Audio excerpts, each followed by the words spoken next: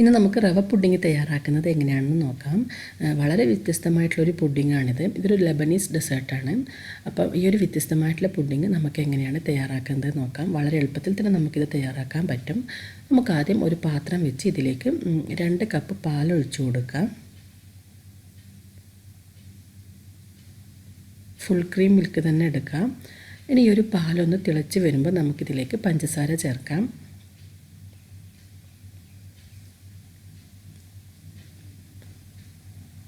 അപ്പോൾ പാല് തിളച്ച് വരുന്നുണ്ട്. ഞാനിവിടെ 1/4 കപ്പ് പഞ്ചസാര എടുത്തിട്ടുണ്ട്. ഈ പഞ്ചസാര ഇതിലേക്ക് ചേർത്ത് നന്നായിട്ടൊന്ന് ഇളക്കി കൊടുക്കുക. ഇനി നമുക്കിതിലേക്ക് ചേർക്കേണ്ടത് റവയാണ്.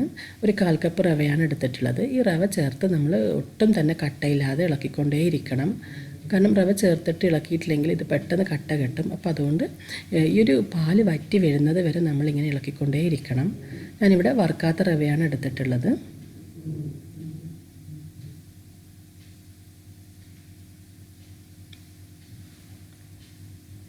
ഇനി നമുക്കിതിലേക്ക് ഒരു നുള്ള് ഉപ്പ് ചേർത്ത് കൊടുക്കാം.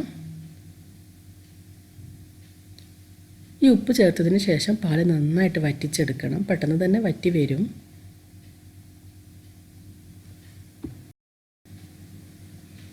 അപ്പോൾ ഈ ഒരു പാല് വറ്റി വരുന്ന സമയത്ത് നമുക്കിതിലേക്ക് 1 ടേബിൾ സ്പൂൺ റോസ് വാട്ടർ ഒഴിച്ചു കൊടുക്കാം.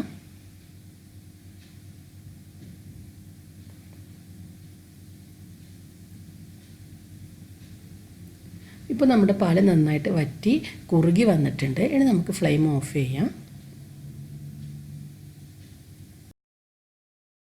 ഇനി നിങ്ങൾ ഏതിലേക്കാണോ പുഡിംഗ് സെറ്റ് ചെയ്യുന്നത് അതിലേക്ക് ഒഴിച്ചിട്ട് ചൂടോട് കൂടി തന്നെ ഒഴിച്ചിട്ട് ഇതൊന്ന് ലെവൽ ചെയ്തെടുക്കാം.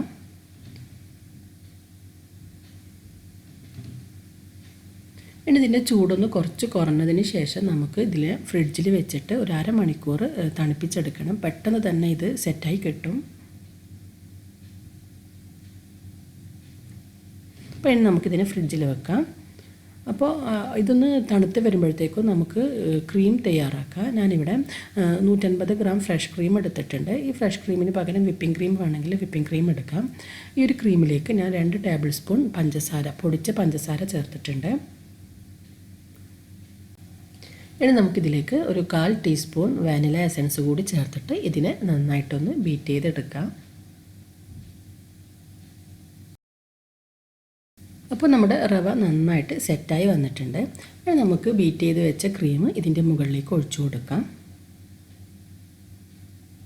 അപ്പോൾ ഇതൊരു 2 ലെയറായിട്ടുള്ള പുഡിങ്ങാണ്. അപ്പോൾ നമുക്ക് സെക്കൻഡ് ലെയറിന് വേണ്ടിയിട്ടുള്ള ക്രീം ഇതിലേക്ക് ഒഴിച്ചിട്ട് നന്നായിട്ടൊന്ന് സ്പ്രെഡ് ചെയ്ത് കൊടുക്കാം.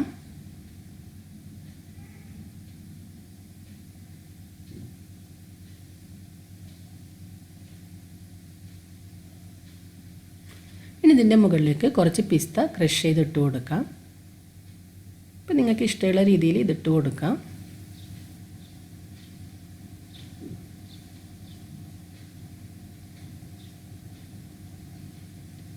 ഇനി നമുക്കിതിന് ഒരു 2 മണിക്കൂർ ഫ്രിഡ്ജിൽ വെച്ച് തണുപ്പിച്ചെടുക്കാം. അപ്പോൾ ഇത് തണുത്ത് വരുമ്പോഴത്തേക്കും നമുക്ക് ഷുഗർ സിറപ്പ് തയ്യാറാക്കണം. അപ്പോൾ ഞാനിവിടെ ഒരു 1/2 കപ്പ് വെള്ളത്തിൽ 1/4 കപ്പ് പഞ്ചസാര ചേർത്ത് ഷുഗർ സിറപ്പ് തയ്യാറാക്കിയിട്ടുണ്ട്. അപ്പോൾ നമ്മുടെ ഷുഗർ സിറപ്പ് ഇവിടെ റെഡി ആയിട്ടുണ്ട്. ഇപ്പോൾ നമ്മുടെ പുഡിങ് 2 മണിക്കൂറിന് ശേഷം നന്നായിട്ട് തണുത്ത് വന്നിട്ടുണ്ട്. ഇനി നമുക്കിതിനെ ഇഷ്ടമുള്ള രീതിയിൽ കട്ട് ചെയ്തെടുക്കാം. ഇനി നമുക്ക് കട്ട് ചെയ്ത ഈ ഒരു പുഡിങ്ങിൻ്റെ മുകളിലേക്ക് ഷുഗർ സിറപ്പ് ഒഴിച്ചു കൊടുക്കാം. അപ്പോൾ വളരെ വ്യത്യസ്തമായ എളുപ്പത്തിൽ തയ്യാറാക്കാൻ പറ്റിയ ഒരു പുഡിങ്ങാണിത്. നിങ്ങൾ എന്തായാലും ഇതൊന്ന് ട്രൈ ചെയ്ത് നോക്കണം. നിങ്ങൾക്ക് തീർച്ചയായും ഇഷ്ടമാവും. ട്രൈ ചെയ്തിട്ട് ഫീഡ്ബാക്ക് അറിയിക്കണം.